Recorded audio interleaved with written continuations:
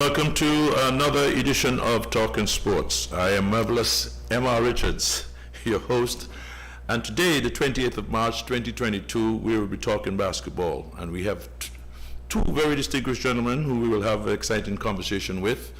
We'll be joined a little later by one, but before I introduce them to you, we've got to let you know that Talking Sport is made possible by ACB Caribbean. They have been in banking in Antigua for over 63 years and also 43 years of sponsoring Parish League cricket. And so we suggest for all your financial and banking needs, we suggest that you check them out. They are situated at the corner of Thames and St. Mary's Street right here in St. John's. And also there is a financial center on High Street. ACB, our platinum sponsor. Simply Smarter Banking. Also Blue Mountain Water, known as the greatest tasting water and also the purest. And as we're talking about basketball, we suggest and we are asking the president, well, I just given away who my guest is, but really we're asking the basketball fraternity to support the mega distributors. They are situated on American Road if they want to get themselves refreshed for Blue Mountain Water. Also Cecil Charles Group of Companies, Seco Pharmacy for all your medical needs. And their experienced pharmacist is dedicated to serving the healthcare needs of all their customers. And they are situated right here on High Street. Ultra Hutchinson Limited, the agents for Pine Hill Juices. So we say whatever your fruity flavor preference, it is easy to sip and smile with a Pine Hill juice. And they are situated on the Factory Road. Also plumbing and electrical, for great service and good deals. Everything plumbing and electrical, and you can get it all at one stop. They are situated on the Potter's Main Road. Also brands for less. You pay less for quality branded products, and they cater for men, women, and children, and they are situated on High Street also. We'd also like to let you know that we are on Facebook at ACB Caribbean Parish League and YouTube at Antigua Parish League, Instagram at Antigua Parish League, and we are also coming live on CTV Channel 8 right here in Antigua. Our Zoom ID is 636-015-0303, and I'll repeat that, 636-015-0303, and the password is a very simple one. It's 12345. Our WhatsApp number is 776-2866, local, right here. And if you're calling from overseas, it's 1-268-776-2866. Remember to like and share. And now it gives me the great pleasure just to introduce our two guests, our two very distinguished guests, known in the basketball fraternity. Our newly elected president, Michael Freeland, and also one of the most dynamic players that you can ever find on island. And also he had honed his skill at Iona College in New York. He is known as Brian Hollywood Matthew. Welcome, guys. Welcome to Talking Sports. Thank you, guys. Thank you, Emma, for having us. Yeah. First of all, I want to ask you, Mr. President, what prompted you to vie for the presidency of the Antigua and Barbuda Basketball Association? Well, as you know, I've been involved in basketball now for the last maybe 12, 13 years, as an administrator, and of recent times as a coach for the last 5-6 years. 6 years.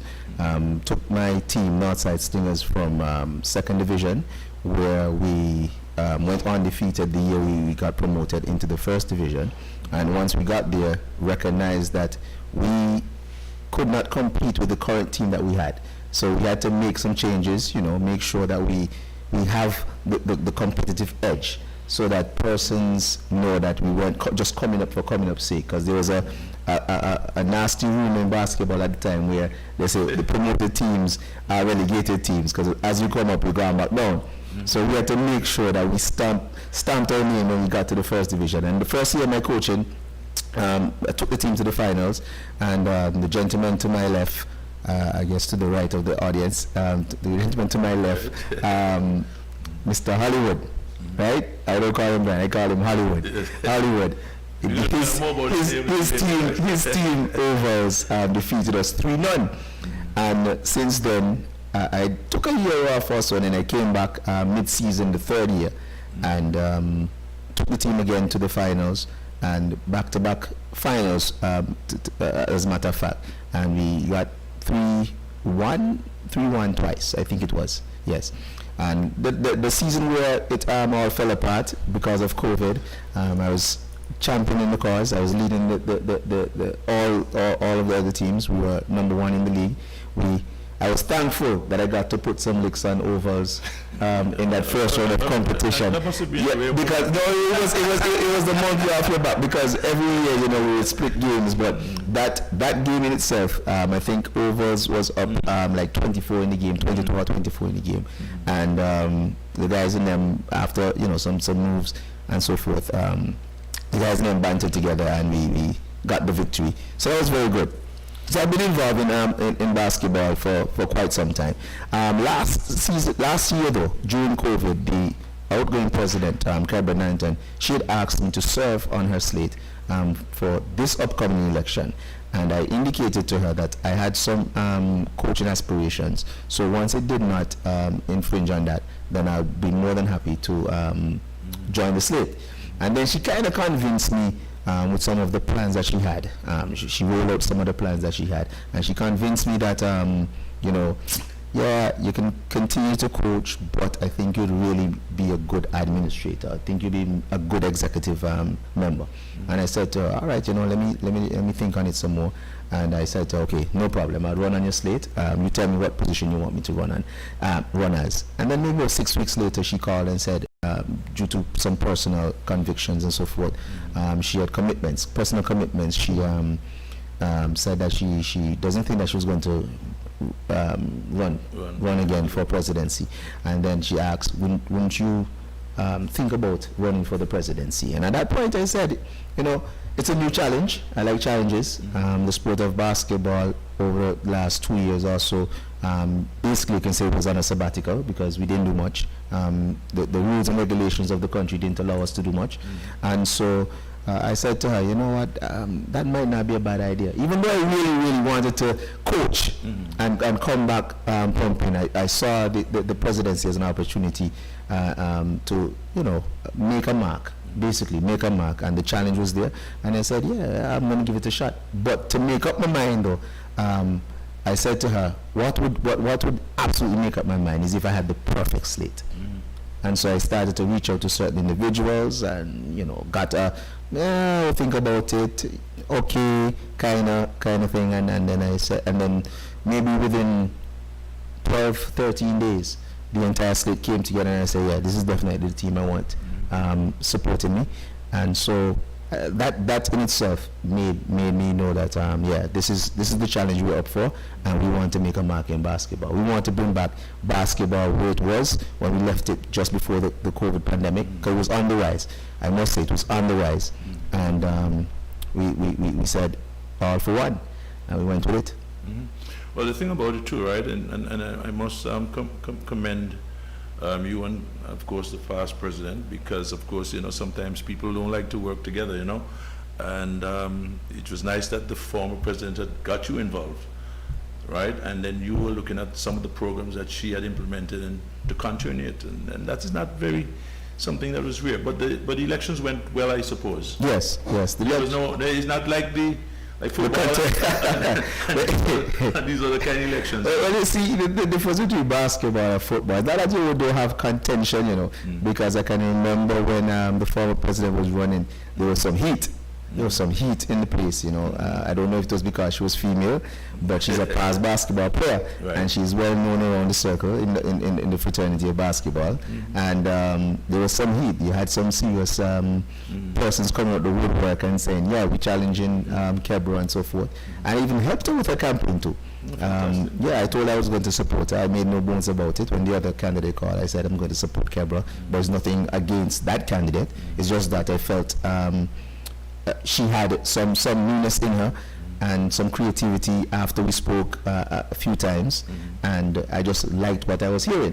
So I said, okay, let me run with Kebra and see what happens. And so, you know, I don't think it was hard and fast where me and her working together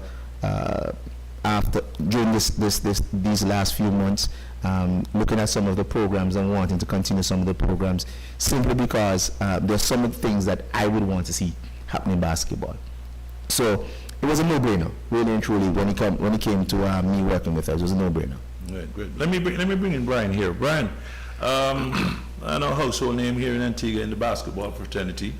You represented a great area, where a lot of great people Most definitely. come from, Yeah, which is you have to over. take your name as I want you to take us back a little. Take us back a little in your beginning. You know, when you started playing basketball, and the teams that you played for, and well, you know, thank you for having me again. You know, coming up, you know, in the youthful stage, I used to just go in the park and you play. You know, you look around and you see the names that were before you, the Nayas, the Kenyas, the Jabbas, and you just wanted to make sure that you learned the game. And it was one of my passions to learn basketball. And then, you know, I started playing. And you got some growth spurts here and there, and then the guys would come in to say, you know what, you know, I think you need to come in. And Overs was my love. You know, it's my birthplace. So I started out. There were some tryouts. I got cut, and you know, I really it messed with me. I felt dejected, and then Mandy pulled me up and said, you know what, you know, they don't want you up there now, so come and play with me. So I went down to what we call Fibrina when I played with Mandy with Ireland, and a lot of skills that I had. It allowed me to, you know, be free and play. It kind of hurt me because when I met Overs, I beat them as well. So, I think that was the calling card, because the night after, because the night after, the coach, you know, came right back up to the house and said, and told my mother, look, he can't go back down there now. And then from there on out, it was just Overs to the T. And then, you know, going up, you start playing with the U team, and toured Milwaukee a few times. And in Milwaukee, the scouts there at the tournaments, they saw me and they were like, you know what, you know, he has some talent, and we need something like this in our program. Plus, you know, he was coachable, because I mean, I wasn't really a troublemaker or anything like that. So once they came around me, they saw that I had some attributes that could fit into their program, and the rest is pretty much history. Going in from there into the Division I level, becoming an All-Star, becoming an All-American, and just doing it, you know. How tall were you then? I think the growth spurt happened between the 14 to 17 years. You know, just going up, yeah. Just, you know, you've been that small, lanky kid, you're playing around. The more you play the sport, the more you start growing. And after you get to 6'4", 6'5", thereabouts, and, you know, it just started happening. And, you know, just learning the game from a different level. Once we got to Milwaukee, we came back. We played the Leeward Islands tournaments, the regional tournaments, and just excelling in those tournaments. You just knew you had it in you to continue going. So that was it. You know, you went off. You played professionally overseas, and I'm here back. And then once I got back, Overs didn't have a team, and I had to build it again from scratch. I had to actually go back to the lower divisions, because at the time that's what the mandate was, and just bring Overs back to the first division with help of the guys around me, Coach Brads and everybody that we had, formed a nice nucleus, and then we went from there. Being champions, regular season champions, playoff champions and champions. You can ask the guy to my right or to the left. We had some good battles along with Flyers and Braves, and it's been good. And we had basketball on a good high. So when Michael came knocking about being a part of his association and being a part of his executive, I couldn't say no, because he had some good ideas, and I know what I've learned, and being around different administrations, there's a lot that I can impact with going forward with basketball. So when was it that you got drafted? Well, to go to Iona College. When was it one of those trips that you made to Milwaukee? Yeah, one of those trips that I made to Milwaukee. Tell us about that. I was playing against the team was playing against Qatar, and we were the only team from the Caribbean, and there were some European teams, and we were really just beating the dog out of everybody.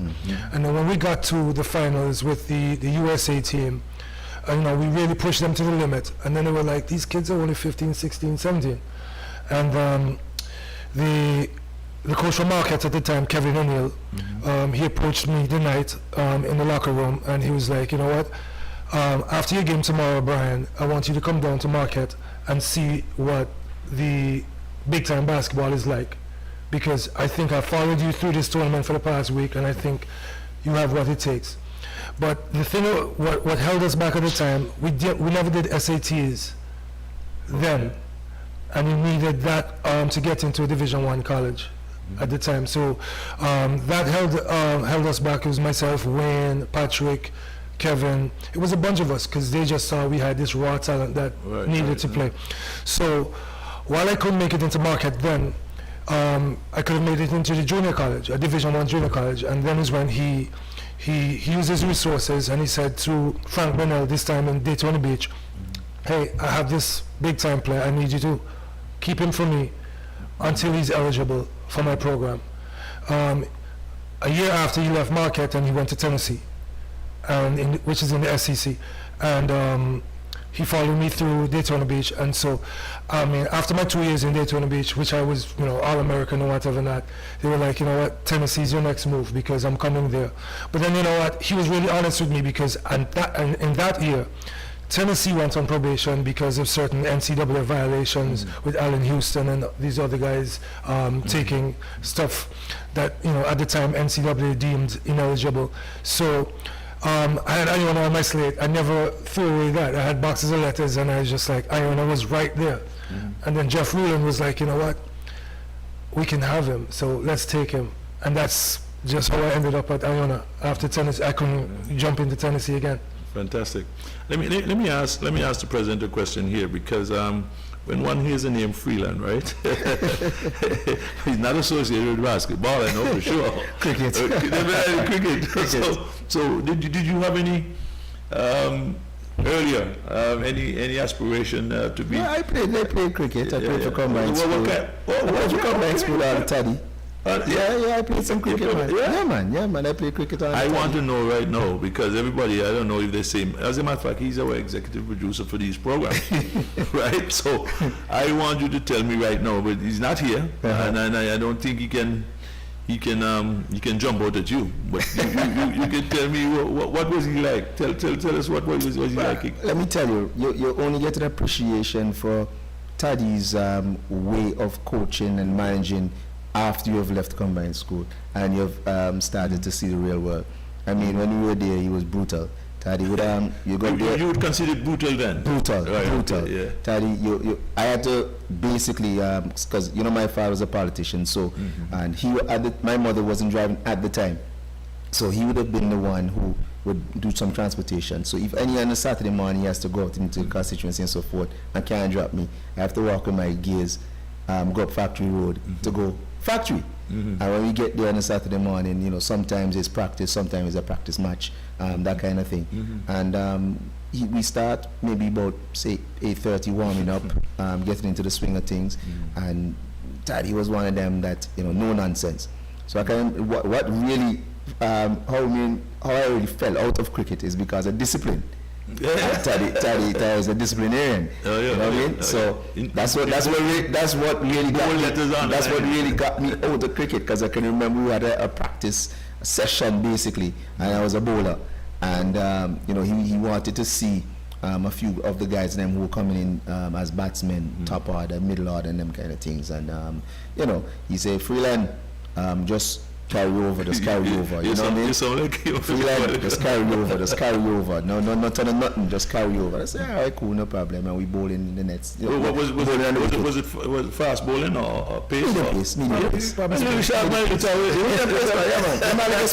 like a spring. And one of the batsmen started to give me talk. So I tried a quick one, tell me run round. Yeah. Took some laps. After that, there were maybe 12, 13, If you get you on your own. 14 laps. So Daddy, how much more? Till me say stop. Well, we take up my cricket bag and go home. Daddy tell me, you're not coming back. Say, well, so you go. And then I ended up starting to play Village League because I come from Barnsley. Right. So Barnsley and New Winthrops would always have a combined team. that's some So good players yeah. there. I mean, and I know bouncing from them days, them combine and them kind of things. Bronco Payne and them them fellas. Paulus. He from New Winthrops, left past Martin. Yeah. Was a great sportsman. Yeah, because he had a wicked left foot, and he could bat, and he had a nice pace, stiff pace, left arm. Yeah, Left arm, nice what swing. happened with these little guys? Yeah, I mean, so, and then you end up, you realize, boy, sports, you're not gonna really make it too far in sports or get into something else. So, academics come into the play, and then when you come back from school, you want to still do something for the community. You want to do something in sports. So when I came back, it was cricket and football. Okay. Right? Barnsley and New Winthrops had a team at the time, so what we did was to form a cricket team in New Winthrops because boxing was there, so it only made sense. And then we formed a football team in Barnsley, rather than to have 2 teams in Barnsley and 2 teams in New Winthrops. So it was 1-1. So the guys would leave from Barnsley and go to New Winthrops and make up the cricket team, and the guys from New Winthrops would come to Barnsley and make up the basketball team. Okay. But then basketball had so much talent in terms of basketball that New Winthrops end up in football. Football. Basketball now we had 2 separate teams because there's so much talent in basketball, and Hollywood can attest to that. You had Zugu, you had Capleton. These are just nicknames because nobody can know them by the right name. Call the right name, nobody can know them. Nobody can know them, Small boy. Small boy. I had them guys. They had this other one, Barnes. Lazzy, right? Yeah, so see, Hollywood know them. And they were the Eagles or something, I think they were named. And, so when I came back, we had a vibrant sporting community, right? And that's how I ended up just being involved in both football, basketball, and cricket. And with football, I was good with the general secretary at the time, which was Chet, and he ensured that we got whatever we needed to, as a sporting club, because we was young. And when I left the organization. I left the football in the hands of a group of guys, and they let it fall down.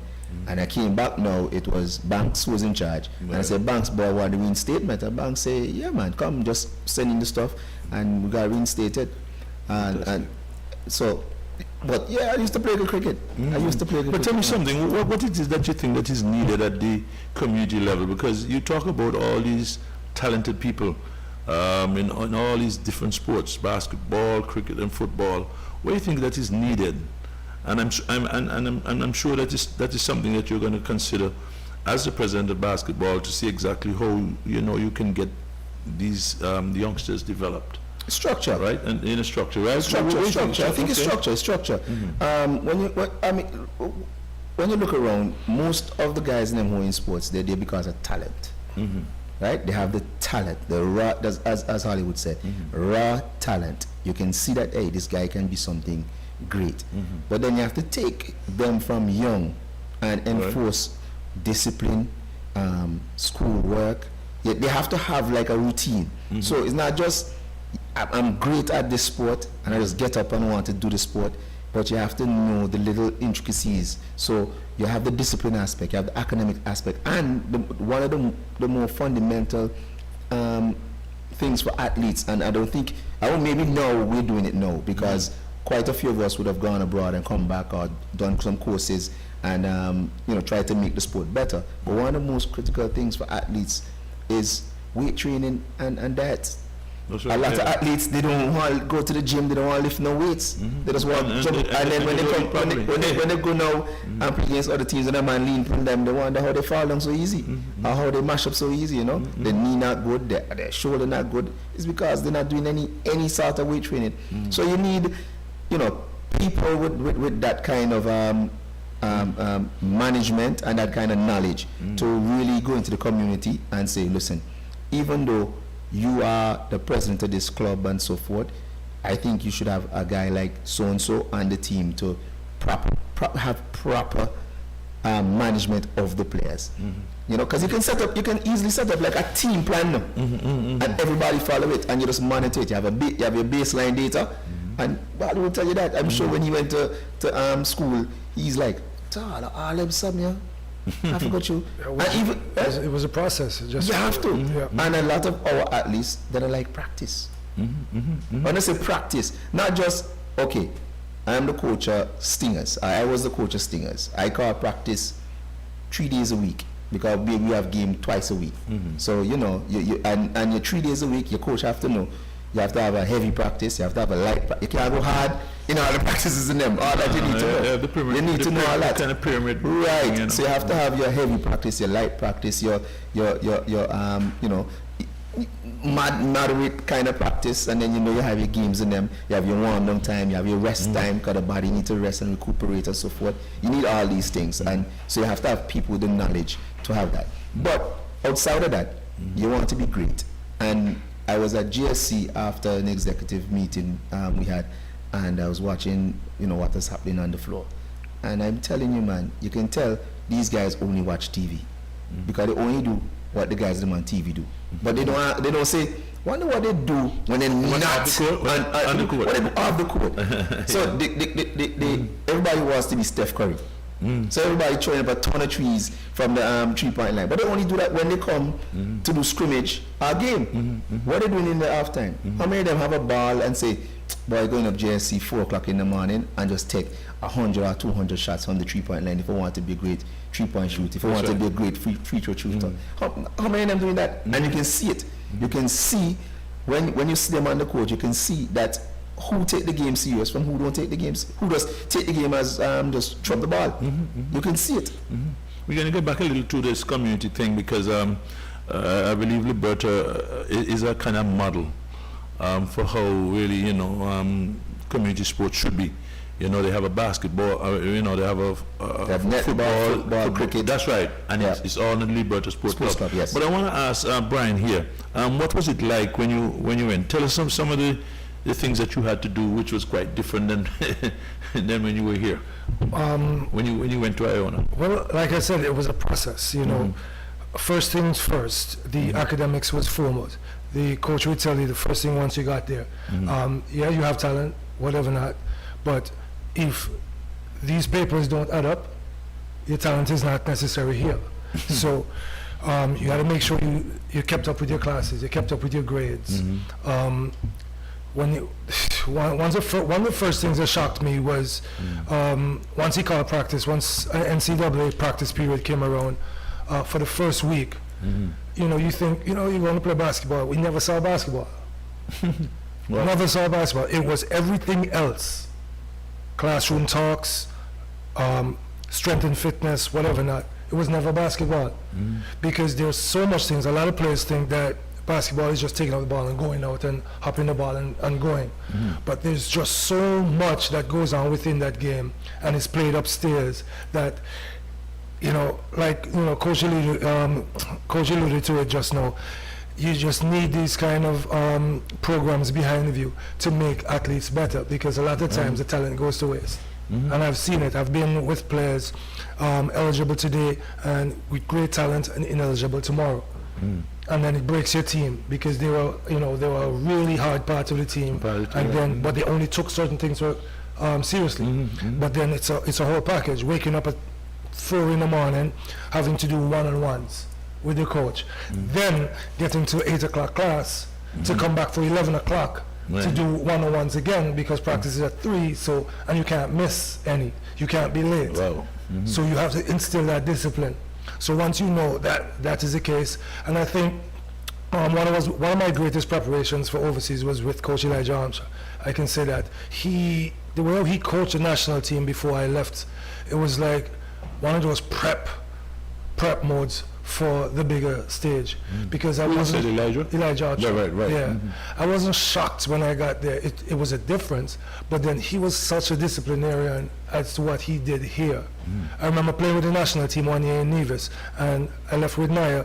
I mean, he didn't call a curfew. I just left with Naya for a minute after the match pass, and when they got back to the hotel, he couldn't find us, but we were with Naya at the time, and he was ready to pack us up sent us back to Antigua the next morning.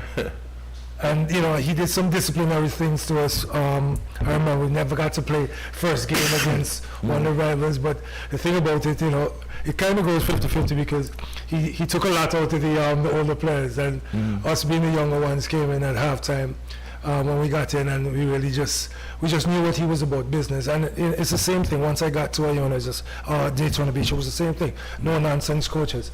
You get, you know, one of the greatest disciplines I got was, you know, sometimes you get sub in Antigua and you'd be like, you know what, you take me out for my way. One night, Coach Brunel took me out, we were winning, and, you know, he took me out, and I just didn't think I was supposed to come out at the time. You didn't think about the rest. Yeah, you know, and that was his thing. He took me out and I came out and I was pouting, I was on the side, like, you know, but then it was one of these things, because as soon as he pulled me out, this is in front of a packed gym, and he was a loud character. In front of a packed gym, he pulled me out, and I was pouting and whatever not, and in like 30 seconds, he called me back. But I was still in my feelings about being pulled out, and he just let go on me at that time in front of a packed gym. You're not ready yet, go sit your ass down. And if there's one thing I learned from that, was that discipline of always being ready when you're being called. And that's why I try to instill with players around me. Look, when you're getting called, be ready. You don't know. You know the reason why the coaches pull you, no? No. Right. And everybody have their own function. We won the NIT, Junior Division I NIT. We were winning. We were down in Central Florida. 5 seconds to go. I had the ball in the corner. We're up 1. 5 seconds to go. He was just, you know, saying, hold it out. These are just the nuances of the game. I shot the 3 with the 5 seconds to go. Put us up 4. He called a timeout, laid into me at that time. You didn't follow instructions? No, hey, what if you had missed and they got the ball back? No, we're up 1. That's our possession. We need that. Let them come and foul. I trust that you can go make 2 free throws. Right. You know, yes, you made it, but it wasn't the best shot. It was the worst shot you could have taken. And just the disciplinary part of that alone, because he subbed me out then, and I was yet to understand why, but until then, you learn the game from a different perspective. It's not all hopping. There's more to it. So these are things that I had to learn, man, just going through, and it made me what I am today and how I play the game.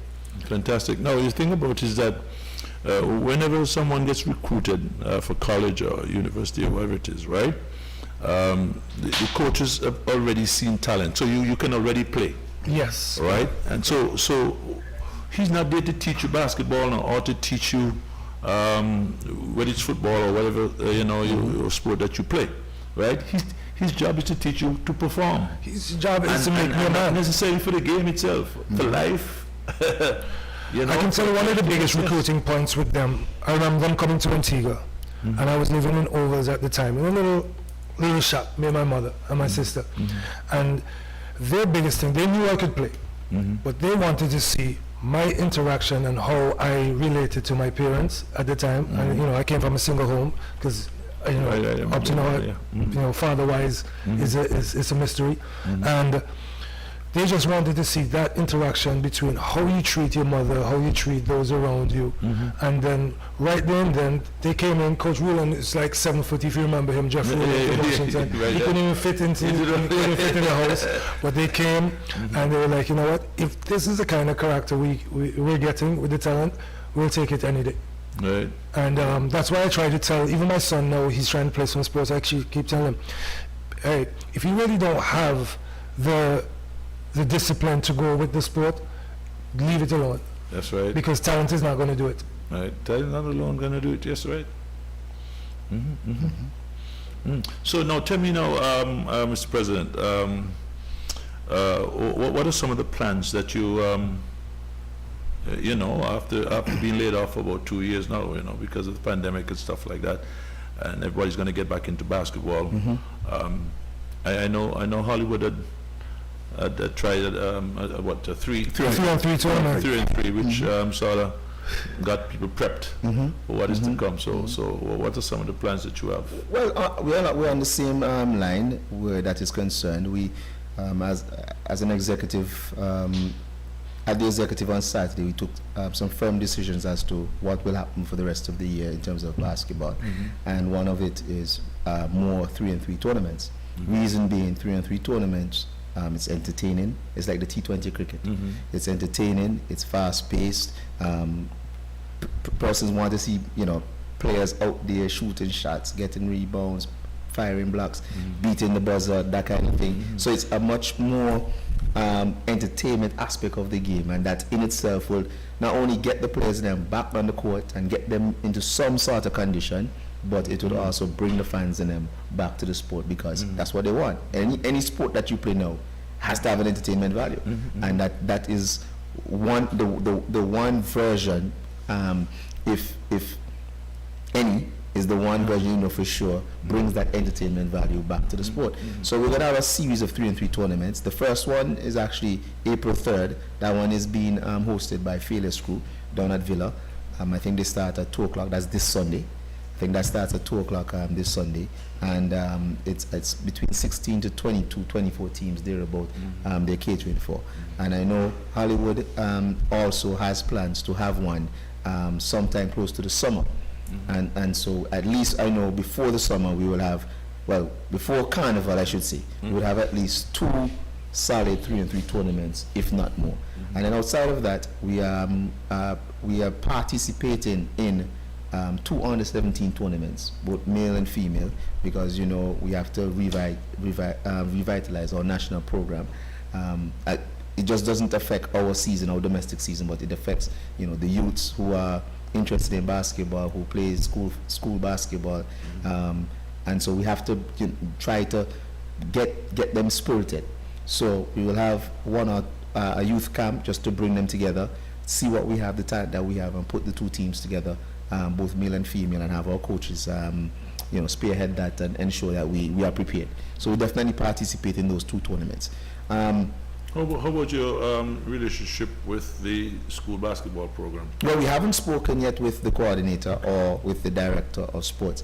The Minister of Sports has asked us to meet with him this week, because he was off island. He came back yesterday, and has asked to meet with us this week. So we want to have that meeting with the minister first, and then we will meet with the director and the coordinator. That should be easy one, as he's a past president.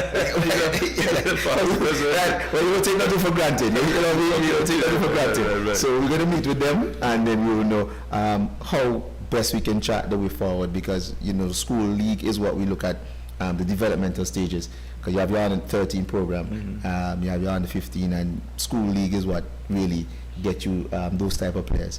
And you also have the academies, so we're going to have a conversation with the academies. But first and foremost, we meet that's very important, the academies, because you've got to ensure that these academy will follow the association. Right. So the first thing that we're doing is meeting with our national coach, which is George Hughes, to see what plans he has in place, preliminary plans he has in place, and how we can assist and strengthen those plans to make sure that the national program is strong and is successful. Because we just don't want to say, as soon as a tournament comes, we're trying to find players to play. Because even at the executive, when we look at our senior female team, we don't really have a crop a pool to say, well, okay, we can identify 8 girls, 9 girls right now at this point, present point, to play in our national program. We can identify close to 11 girls to play in our under 17, but the national program, where they're a bit older, more seasoned, have a bit more experience, we don't have that. And Hollywood, because of his familiarity with some of the females that are overseas, who are either Antiguan heritage or Antigans, we are now going to chart a way forward where we reach out to these girls, asking them their willingness to participate in our national program, play under the flag of Antigua and Barbuda. Because I think he had identified at least 6 of them on Saturday. Just like that. He just sat down there and said, well, so-and-so, yeah, she plays at Penn State. This one plays at West Virginia. He was just identifying Maryland, identifying these and girls. These are big time players, big time colleges. We even have the young lady Kayla that plays with the Connecticut Sun in the WNBA. just try to reach out to them to see if of their willingness to play under the flag, because they do carry our heritage, our parentage. Okay, fantastic. So we have that in store, and obviously we're going to bring back the business league. We're going to speak with the coordinators this week, which are the Knights. Yeah, that's right. The Knights. We'll have a conversation with them this week where that is concerned. But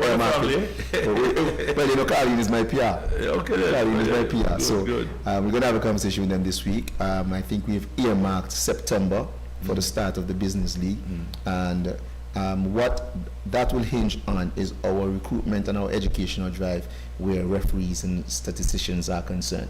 We're going to become very aggressive over the next 3 to 4 weeks, trying to recruit fresh faces to the referee lineup and to the table and the officials, the table officials, simply because the guys that we have there now, they're more advanced in age, and we can't rely on not rely, but we can't put so much pressure on them to, referee 3-on-3 tournaments, referee business league, referee domestic league, referee school league, and still referee when we have invites, when you have our national teams playing friendly games, these kind of things, they will get one.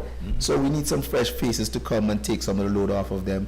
We'll use them for them when it's the more experienced games. If they do want to do some refereeing in some of the development stages and some of the other tiers, no problem. But we really want to create a new pool of referees and table officials, just so that we can always ensure that we are ready. And we also mentioned that we will have some match officials as well, match coordinators, commissioners. We're looking to identify maybe 3 of them. So maybe in the next 2-3 weeks or so, we have some ads going out trying to capture some individuals where we can make them game commissioners. Also coaches clinics as well, for desirable persons that really need, who want to learn the game. And I think once you said you're going to coach basketball, you should be able to have that level, not just in your head, but to show, because it goes a long way. I mean, you never know what can happen in life, and Right. once you have that particular level coaching, you never know, you can get it somewhere else. Even with the statisticians and the officials, their jobs, a lot of jobs in basketball that can be had from just being a statistician, a game official or whatever. So I've seen it. There's careers from it, so the drive will be on to have fresh faces, so we can really just have the sport in a good place. Okay. And that coaching that Hollywood alluded to is a level 1 coaching that we will have through FIBA, our parent body. It's going to be an in-person where they're sending a coach or two to come and have that training, and that should take place sometime in May. Now, tell me something. I missed the opportunity a little earlier because I wanted to ask a little more about the 3-on-3 that you're talking about, right? I mean, how many players would you have in that squad? So they could be, you start with a 3, but then that 3 can come off and another 3 go on. How many? So what I'll do, I'll let Hollywood. Not because I don't know, but that is Hollywood's baby. In the sense that being on the executive, he is the chairperson of the 3-on-3 tournament. Right. So I'll let him speak to that. As per FIBA guidelines, each team has to have four persons. Or 4. Three that play and a sub. A sub one. Coaches, no on sideline coaches, but you have your little coaches here and there, and they're quick games. Quick games, 10-minute games.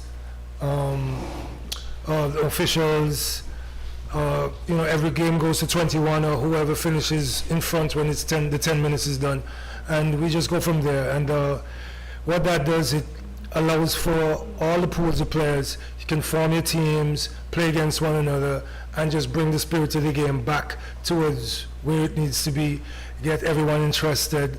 So once the league rolls out, everyone will be ready, the interest will be there, and you just go and start shooting. And just to add on that, as we said, the tournaments, the 3-on-3 is really about entertainment, and it gives you a level of conditioning. So just to show you, when you watch cricket, everybody wants to see the T20 because you're hitting the ball for boundaries, or you're getting wickets, that kind of thing. There's just this level of excitement, and that is where the 3-on-3 comes into play. And don't take it for granted, not because it's a half-court game. I've seen a lot of burnout where that is concerned, because it's such a fast-paced game. Right. Trying to get equal to result. I guess if somebody gets up, they won't mind, Exactly. You play like the Masters game, and you make a burst, and you say, hey, sub. Then you call for the sub. Yeah. And as well, I think the 3 is now becoming a world phenomenon. It's a growing sport. It's becoming a global, a huge impact on the basketball stage. In that, the Olympics, the Commonwealth Games, almost every world stage game that organization that has any sort of sport, they have a 3-on-3, and we need to play more 3-on-3 so that we can raise our ranking, so we can go to qualifiers and become involved, so that we now can get to that world stage. So we haven't played, unlike St. Lucia, Barbados, Guyana, who play a lot of 3-on-3, so they are always in the mix. Okay. We haven't been playing a lot, so that is why we're trying to do more and more of the 3-on-3. As a matter of fact, right here, this particular point, I wanna say hello to somebody from Ovals who are actually watching. His little one. His big phrase is to fake it until you make it. Fake it until you make it. Right? And I just want to say hello to my good buddy there who is listening to us here on Talking Sports. Continue listening, my brother. I'm sure you're having a ball listening to the newly elected president of the Antigua and Barbuda Basketball Association, and also someone from your neighborhood, from your neck of the woods in Overs there. Hood Street. That's right. He was from Prince Class Street. Oh, okay. Right. Now, I want to ask you, Mr. President, about this business league, because what I find that, especially with like football, there is a league for Premier League players, right? There's a league for First Division players. There's a league for Second Division players. Okay. But when it comes to business league, I think the intention for having business league is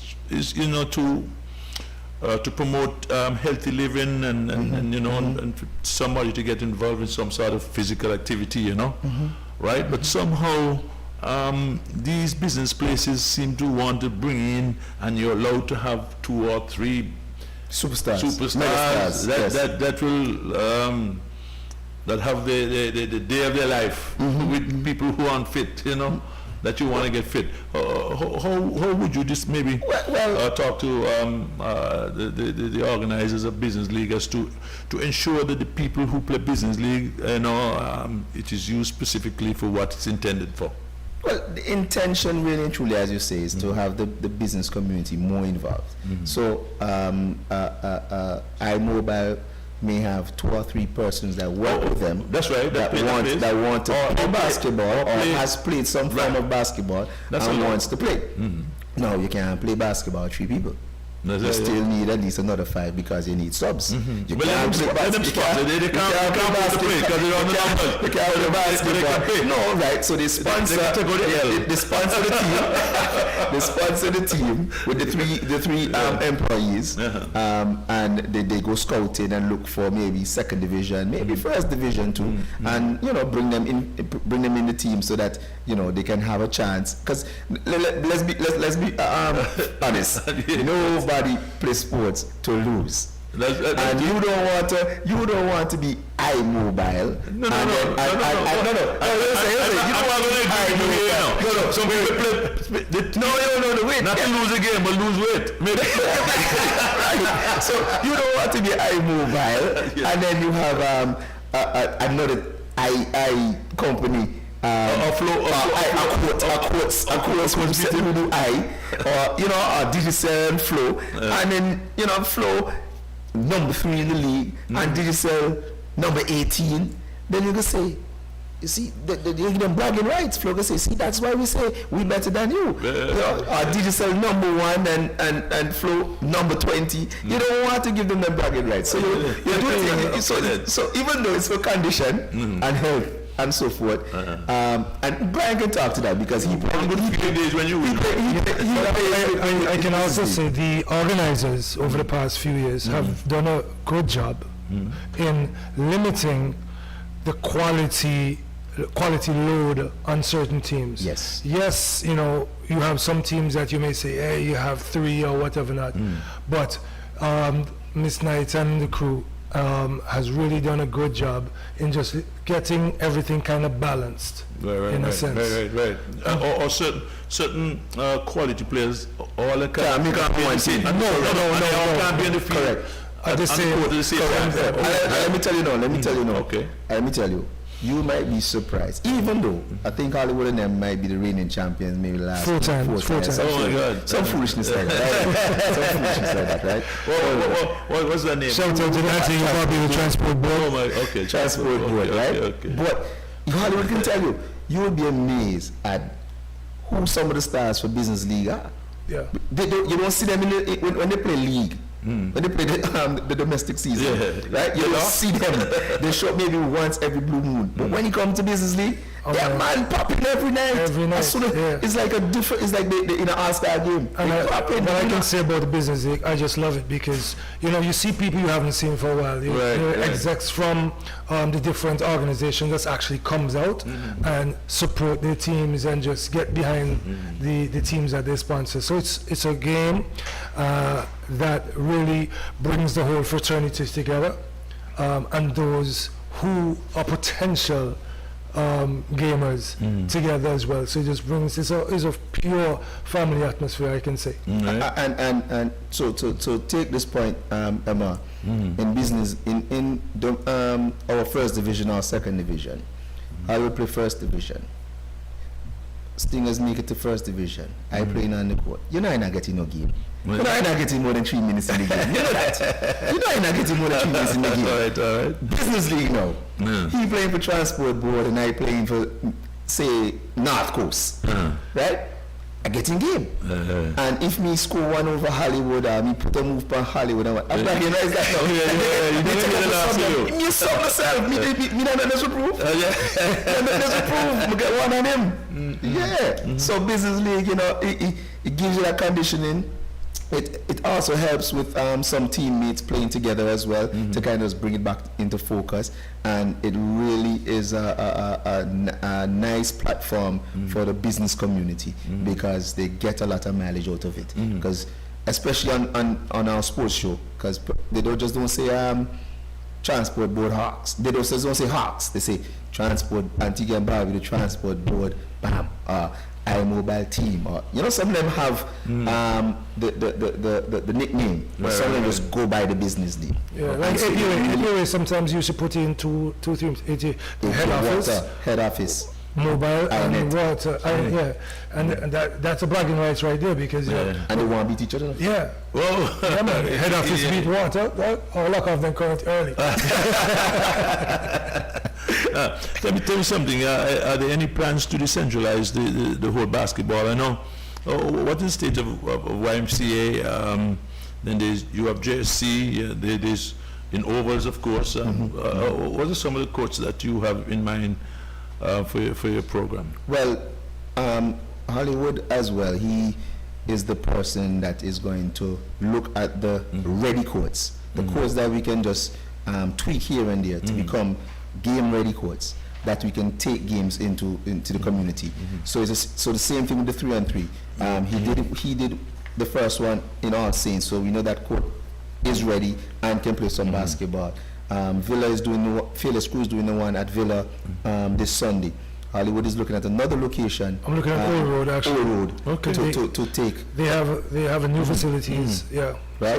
And so we'll do that. So all the courts in them around Antigua that just need minor tweakings, ovals, otters, these courts, bowlands and these kind of things. Any court that Yorks, any court that we think just need minor tweaks. And I saw them putting up some lights in Potters.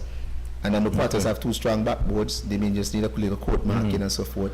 But just to show you that we want to take the games, whether it's 3-on-3 or the Division 2 or the Division 3 games. Division 1 will be played at JSC, right? It's just because of the elements and so forth. And these guys, most of the guys that make up the Division 1 teams, they are already looked upon as national players. So, you know, they can't, the wear and tear that the courts outside have on you, we can't really have that wear and tear on them. Right? Because they're not in a development stage. They're in competitive and, you know, competitive stage. So they need that sort of facility. But it will come to a point where we'll improve 1 or 2 more other courts as time goes on. It's early stages now, so we can only use what we have, what is available, and just to make it better. And taking it back into the community only makes the sport stronger, only grows the fan base. As you alluded to earlier, when you asked about the community and the sport, I think that's another area of growing the sport. Once you get it back in the community. You hear about the Hollywood, but then you know what? You probably never left Bowlands to come and see Hollywood play. Right. But guess what? One spot maybe. Hollywood is coming to Bowlands tomorrow night or whatever, you know. So you'll get to see it. But then I've seen it. When I take basketball into the other places, I was surprised to see how they came out, that they turned out. Once they're gonna come and support their team. Really, Ranger, he has a nice facility. But the thing about it too, you have to also look at the financial benefit that you can get from it. If there's a court where you can even pick up a little dollar, so that will help that community to maintain its ground and stuff like that. If the place is properly fenced and secured, yes, for sure. But I mean, when we do the games in the community, it's really and truly for the community in terms of the vendors and that kind of thing. Because you want the vendors to come out and, you know, apply their trade. That's right. So we're bringing the game there. We're bringing the officials. We're bringing the referees, and making sure the lights, and you have proper ball, shot clocks. We have portable shot clocks, and that kind of thing. So we can take the game into the communities. But when we get to the community, it's to the benefit of the communities, not to the benefit. That's how the association benefits is, as Holly would say, fan base. Yeah, and I've always pressed that, you know, even if, like you say, if you want to take up a dollar from everyone that comes in, just for upkeep or what's going on, upkeep, that's fine by us. But that's not what we're there to pull the sport and get your community. And you know, sometimes your community gets stronger through a lot of things, and this is just one of the channels that we're going to use, sports. Fantastic. We're on the right track. on the right track. But I'm going to take this little time now just to bring you a little update of the weekend Parish League Dave Joseph Limited Overs competition and the results for Sunday the 26th of March 2022. But when we get back, we're going to talk about you know, the whole scholarship program of how we can develop our players to reach that stage, you know, for scholarships. Now I'll start with Newfield defeated Willie Keys by 7 wickets. Willie Keys was 67 all out in 14.3 overs, and Darren Benter, he made 15. Osafa Bone, he took 4 for 22. Newfield 68 for 3, you know, for 3 wickets. Michael Dover 30 not out. Demetrius Lucas 26 not out. Freetown versus Mahaico rained out, so each team were given 4 points. Police defeated DNR Construction Seaview Farm by 24 runs. Police was they made 172 for 5 over 20 overs for a rain-affected match. Damon Valentine 53 top scored. Jerron Jones 50. Derek Muralon 32. Nathan Willock, and he took 2 for 6, and Alfred Jarvis 2 for 41. Seaview Farm 148 for 9. And Andres Samuel made 40. Tris Phillip was among the runs, not much though, but made 20. LaShawn Barnard took 3 for 28, and Arundel Boston took 2 for 20. In the ACB Parish League Dave Joseph Limited Overs competition, the final point standings are Police 5 win, no losses, no rain out, and they are on 40 points. Freetown played 3 games, 3 wins. I'm sorry, two loss. And they're on 28 points. Michael, they're on 20 points. They played 2 games. They had 2 points and 2 losses. One, I think, without rain out. No, they're on 20 points. I hope I'm correct with this. DNR Seaview Farm, 2 wins, 3 losses. No game for them were rained out, so they're on 16 points, and they also tied with Newfield, who also have a similar record. 2 wins, 3 losses, and they're on 16 points. And Willie Keys, well, they're no win and 5 losses. So I suppose they play 5 games, and they're without points. So those are the standings for the ACB Caribbean Parish League Dave Joseph Limited Overs competition, and the results for June 26th, 2022. Now back with our guest here on Talking Sports, and we were going to talk about we're going to talk now about the plans or the program that they probably have in place for the for ensuring that some of our talented players, you know, get seen, not necessarily by people here, but overseas. And they may not even be a Michael Jordan or Steph Curry or what it is, but at least they'll get a good education where they can have a good job and take care of their families. So what are the plans here for that? Are you going to invite coaches down, or are you going to try to get some of our talented players to be seen, whether it's by video, you know, and sent to some of these colleges as to the talent that we have here in Antigua? Well, as you know, most of our games that we do, they stream live. So automatically we have our own channel and that sort of thing. So automatically, you know, the players are seen on an international level, on the world scale. It's just getting them seen a bit more in certain doors. Hollywood as well, because of his past affiliation with quite a few players who have gone on to other schools in administrative roles. He too is a connection that we will utilize where that is concerned, where we can have, you know, tap into other networks overseas, where we can invite them to come, whether it's from the youth level to teenage level. And I say the youth level, like I always speak about under 13s, under 13 and under 15s, and then when I look at the high school to colleges are the 17s. So he will tap into that network where we can invite teams or administrators down to look at our players, have a session, have a camp, a 3 weeks camp, where, you know, they can be only focused on the players that are on exhibition, and we'll take it from there.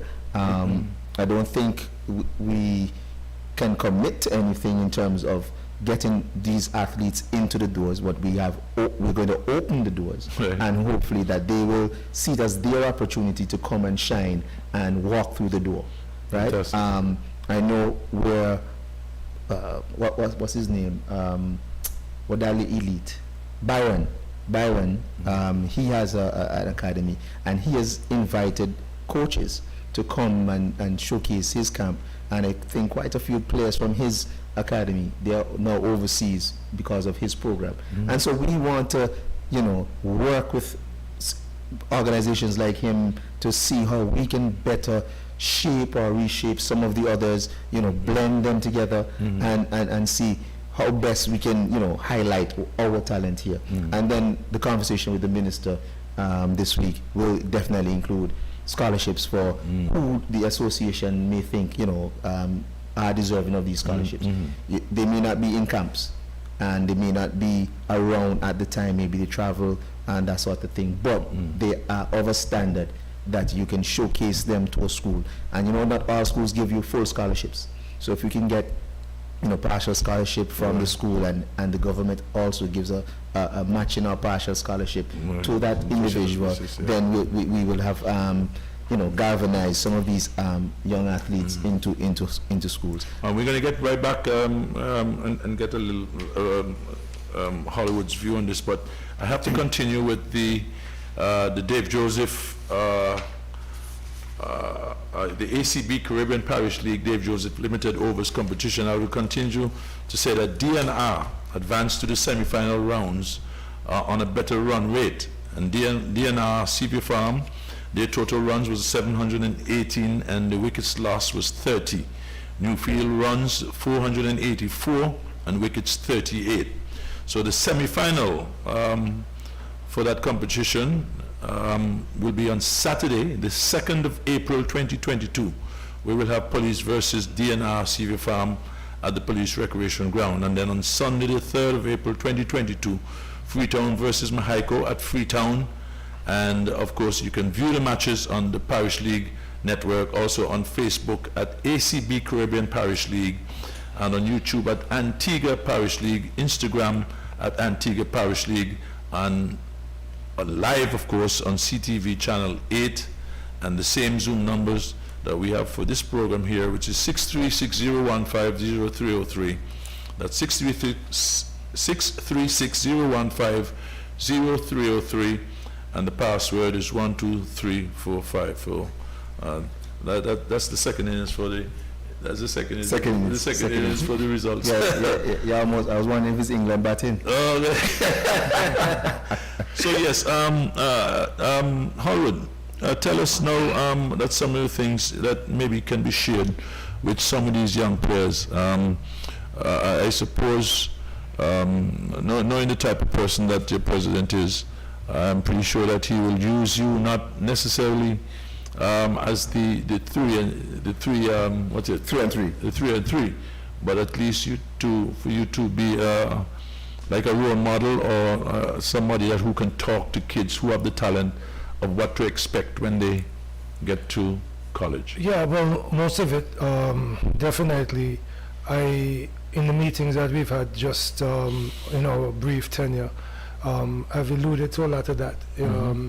We need to get into the schools, etc.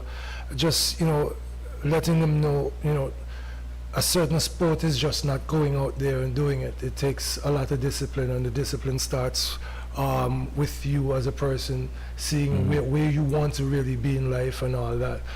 So I'll be doing a lot of that. I'll be doing a lot of talking. I'm not really a talkative person, but I think it's. Well, you could have fooled me. Go on. But I do think it's part of growing the sport. It's part of helping someone grow up.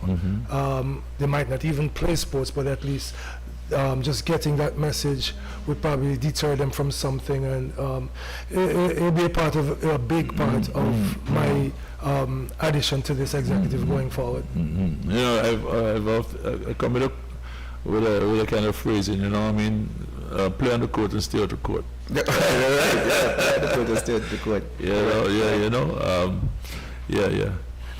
And let me also say to Emma that even though we are pushing the 3 and 3 tournaments as we have done, it's only because we want to see Antigua galvanize quickly onto that stage, onto that more global stage. The more exposure you get, is the better it is for our youths to be looked at, and I know it also gives them respect and some responsibility where their game is concerned.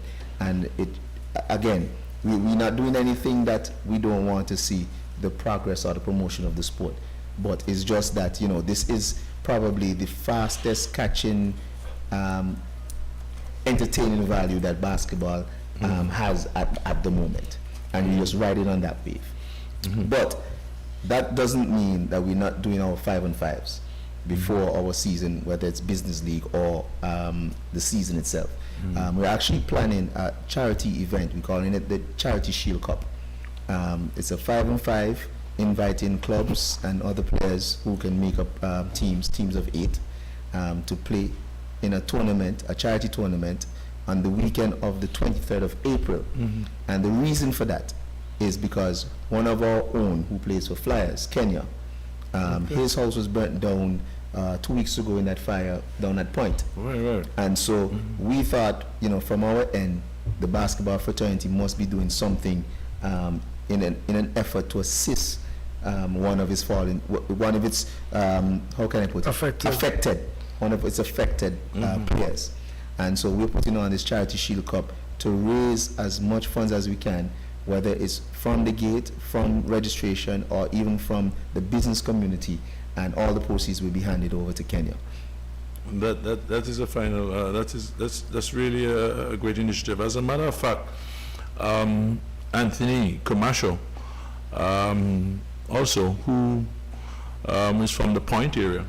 Of course, he was a national goalkeeper for Antigua and Barbuda, and he's also has something that he has sent out to quite a few people, that he's trying to raise some money to assist. He's calling this a GoFundMe to rebuild a rebuilding project of hope for the families that have lost their home down in the Point area. So that's another thing that I'll certainly have to share with some of our viewers and persons from on the show. But I think it's a great initiative, and we certainly hope that turns out to be successful. And the thing is, anybody who knows Kenya knows he's a character. Right. He's one of the more dynamic players. He's very passionate about the game, and when he's playing, you can see he's putting his all into it. So when you have that kind of fun-loving individual, the spirit for the game, and he there's just that fire in him, and you see something like that happen. Not to say that we won't assist others, but it breaks you. Right. It breaks you. Right. And so as an executive, we thought about how best can we assist Kenya in this time, and so we are putting on that Charity Shield Cup the weekend of April 23rd. We're still fleshing out the details, but we're hoping that the flyer and with all the details will come out before the end of this week, and that will say, that will really start to gauge some of the interest. So basketball is exciting. You have 2 quality tournaments happening in April. We have a coaches clinic in May, youth camp, subject to Hollywood's close contact and networking from his overseas. I think they actually played collegiate basketball. His friend. They played. I think he's now Hollywood.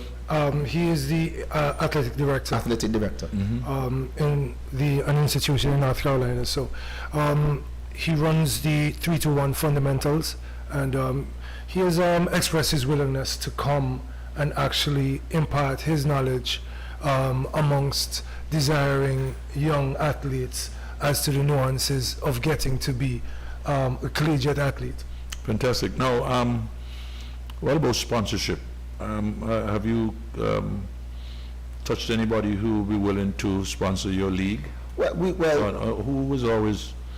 Well, what I've done, and I've asked the other members to do, is just to start to whisper to the potential sponsors, some that we would have used in the past as the association, some of them that I know because of, whether mass sports in general. I know some of them who, will come forward with certain initiatives, and we will definitely have our sponsors wish list. And our sponsors, we will know who our partners are before the Charity Shield Cup.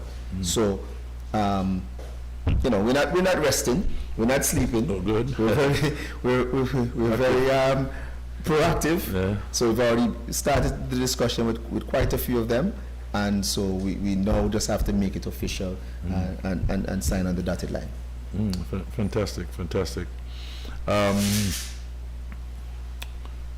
Oh, boy, a senior moment, but the thing about it is that when there's something that I really wanted to, now you had mentioned that Hollywood have his overseas contact and stuff like that. I had on the show at one point, Bria Charles. What? Huh? No. Yeah, man. Really? Wow. Yeah. Her mom was the athletics track and field.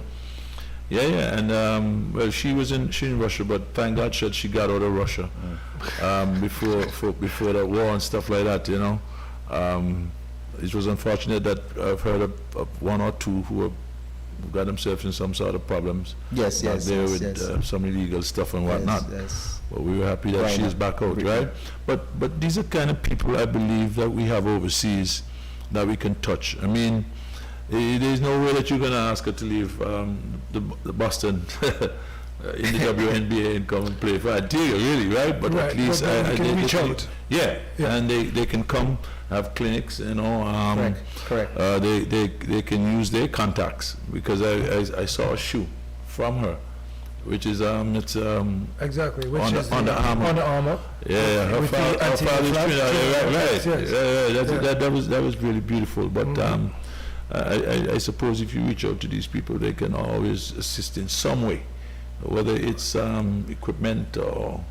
It'll be one of our things, and from our meeting, like I said, we hammered out a lot of this, like reaching out to these folks, because there is a lot of areas and potential areas to touch, and by doing that, we want to give our athletes the best possible opportunity to go forward, and just giving them what they need, be it equipment, be it knowledge, be it whatever. But it's up to them to grasp it and take it and do something with it. But you know, we're going to put it out there for them. Fantastic. So tell me, Mr. President, you said basketball is you know, very exciting and stuff like that, and so but the quality. I know that in football, maybe is the only sport that draws more spectators, right? I would certainly have basketball as the second sport in this country. That tell me. Well, based on capacity, I can tell you when we have games at JSC, and they're the creme de la creme, if you want to put it. So when you have a Flyers playing a Ovals, Ovals playing a Stingers, Stingers playing a Potters, Potters playing a Braves, Braves playing a Otters. When you have that kind of quality playing, what you get is like a lot of the community comes out as well, and the fans for the supporting teams, and they pack JSC, and you're talking about maybe 500-600, maybe 650 people, but that's what JSC can hold. Right? I don't think we have a venue bigger than that can hold anymore, especially where seating is concerned. You may have a bigger park, but in terms of seating, JSC is and shed, because you know, rain come, you want to make sure that you can continue the game. But I see. I don't know. So if you say based on capacity, I would say yes. But if you're just looking at sheer numbers, drag racing. Drag racing too. Drag racing. Well, drag racing. On one of them, like a legendary or something like that. They bring out some phenomenal numbers, and maybe you might say that they might be rivaling football where numbers are concerned. Tell you more, I saw something last night because I was going to pick up my son, and I was like, "What's carrying on here?" The drag racing area was loaded. Well, drag racing is probably the second, if not the first.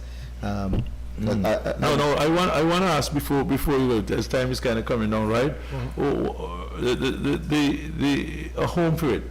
You know, I mean, I know Johnson there, but you know, I've heard so many people complain about the hard surface, you know, the damaging a lot of people's knee and stuff like that. When are we going to get to that boat flow, that we can invite teams from away?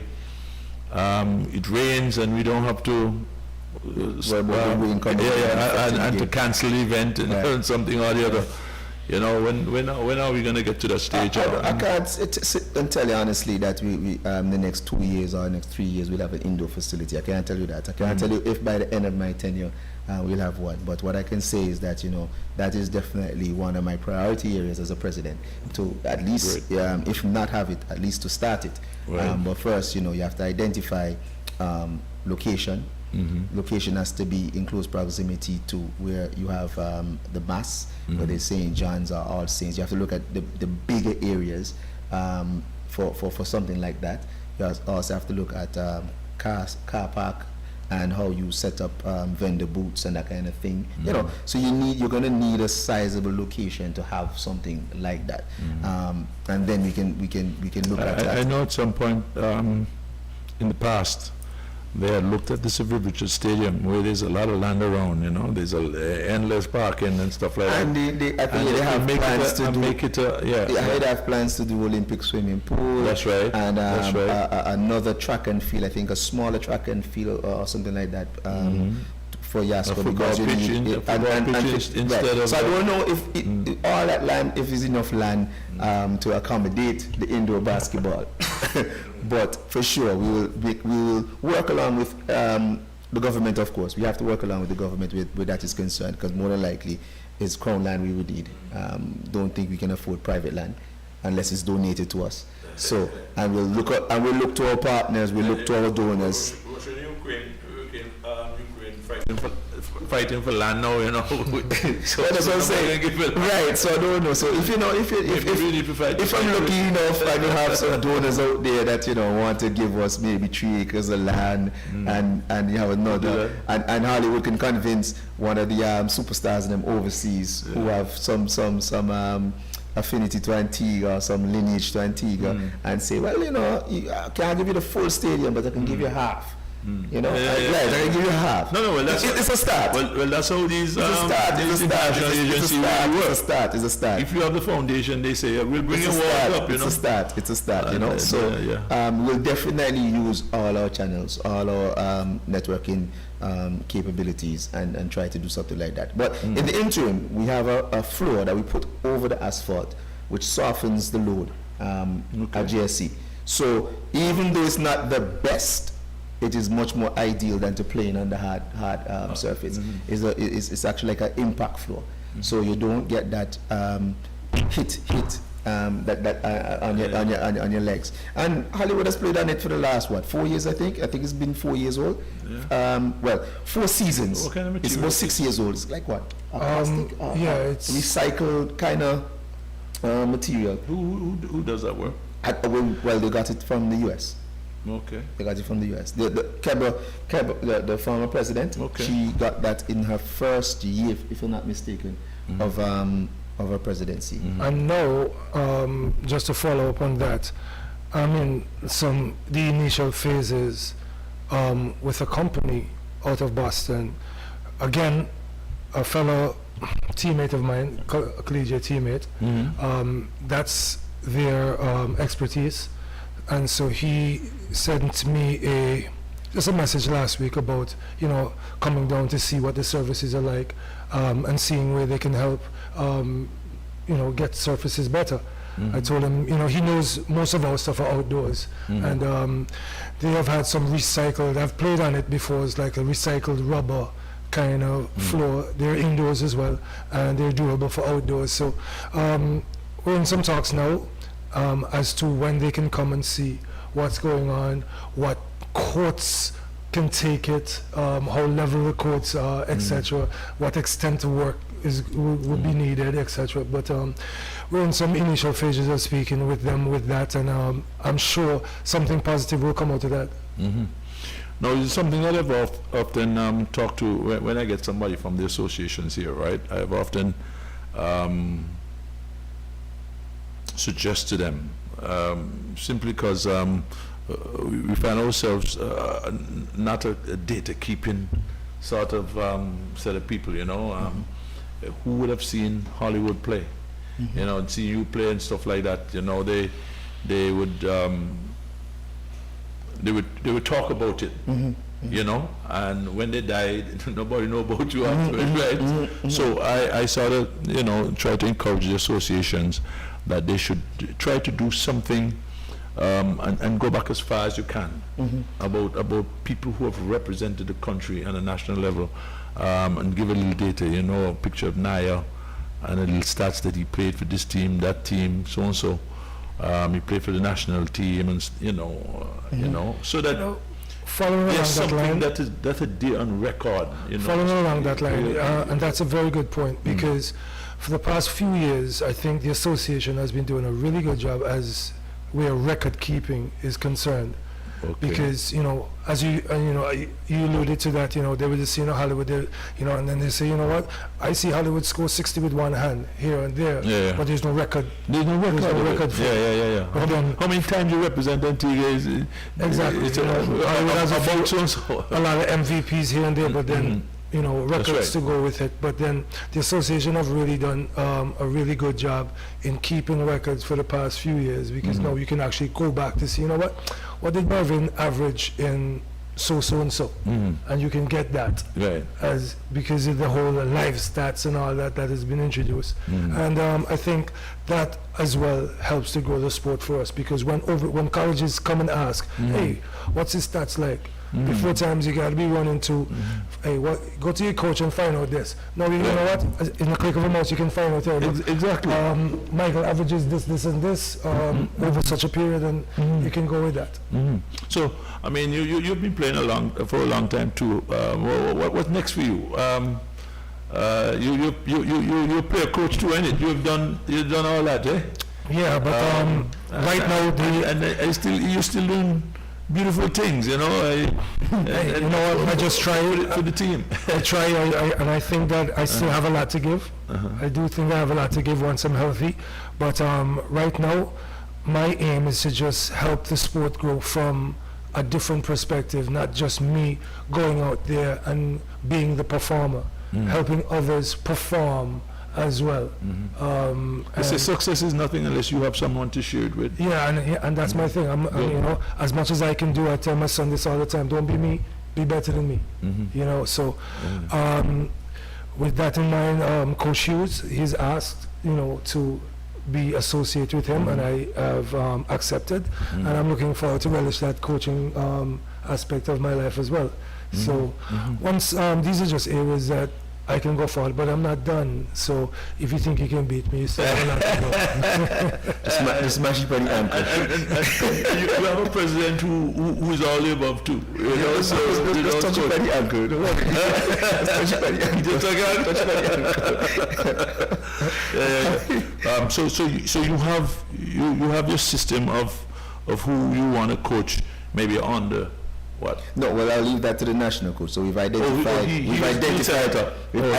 our national coach, and we have a session with him, the executive, and then we have a session on Wednesday where we discuss the national program, incorporating both the youth and the female component of the national program. So it will be the seniors, the under 17, the under 15, and the under 13, both male and female, where that is concerned, and looking at how we can make the academies mimic each other.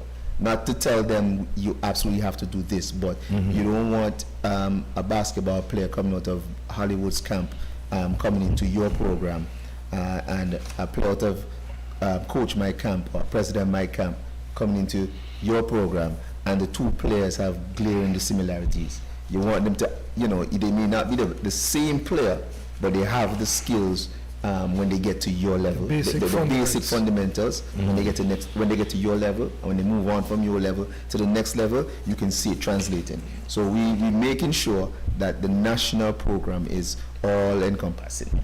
So we're going to sit with Coach Hughes, identify the coaches. He knows majority of our national pool. He knows who fits where, and we will go based on his advice as to how we structure it. Fantastic. Now, I don't know, when I look at NBA on television and I watch games played here, I find, and I think we spoke about that a little earlier in terms of the discipline, and I suppose that is part of it, of knowing your responsibility. The guard brings the ball up, and the coach sets a play, and you have to follow that sort of thing. Not anybody brings on a rebound and he decides he wants to bring the ball up instead of finding the guard and stuff like that. We not have any sort of problem like that. The players are trying to adapt to how it's done. I can say that for sure. That has been mirrored in, I wouldn't say every team, but the quality of play has improved where that is concerned. Okay. There are times when you have I'm speaking on Division 1 basis, where you have an ovals and let's say a Stingers playing, Okay. and possession counts. So every time down the court, you want to make sure that you execute your game plan, because every possession counts where these games are concerned. These games are never blowout games.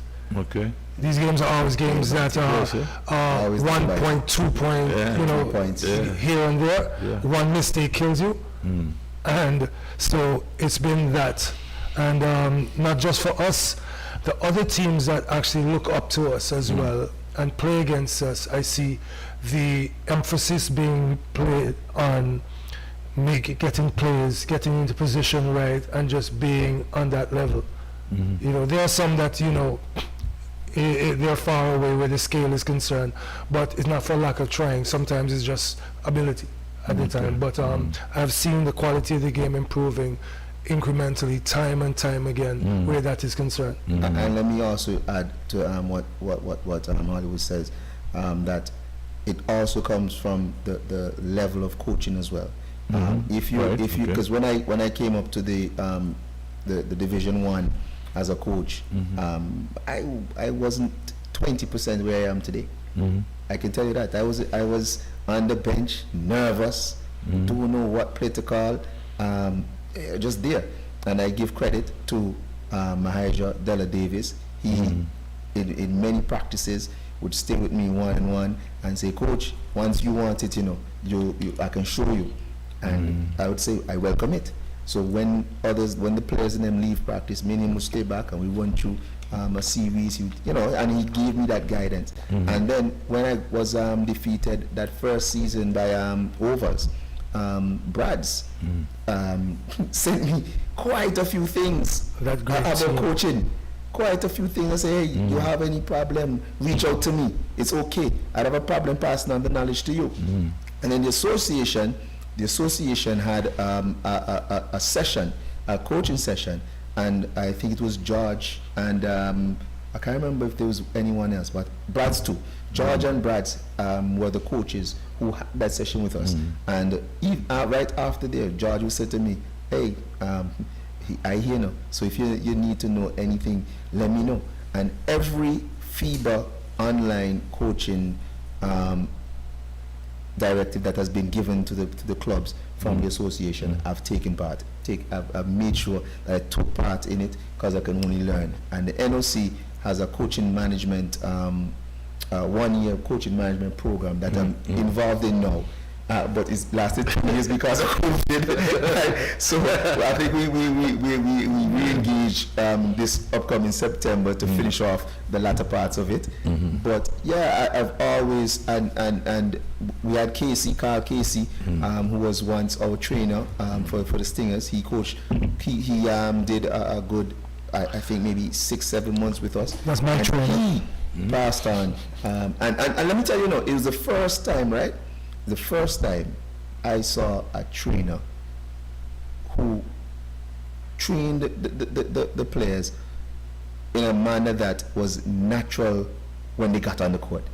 So it wasn't just, hey, do squats like blah blah blah. No, it was simulating what gameplay. It was the first time, and he too would pull me aside and say, at games, and pull me aside and say, hey, why can't you try this matchup? Blah blah blah, whatnot.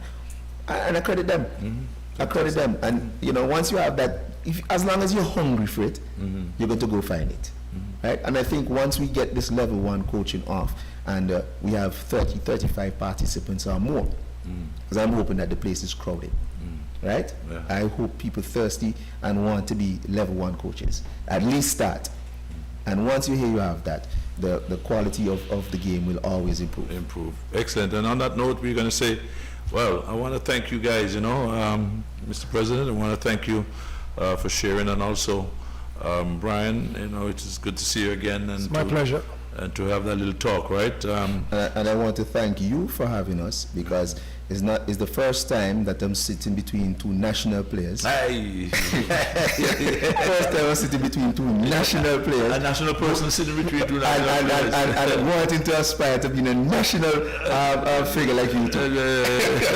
But look, we So thank you for having us. Yeah, man. We thank you very much, of course, for appearing and talking sports. And we just simply would like to say, on behalf of our executive producer, of course, Taddy Arundel, along with my good friend Auden and his staff for behind the scenes and operating the machines, along with Mark Charles and our platinum sponsor, ACB Caribbean, Simply Smarter Banking, also Blue Mountain Water, the greatest station, and also the purest water.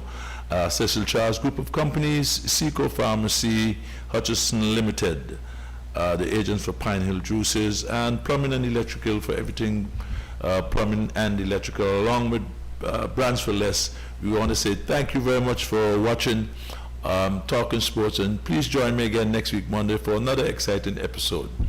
So we say bye for now.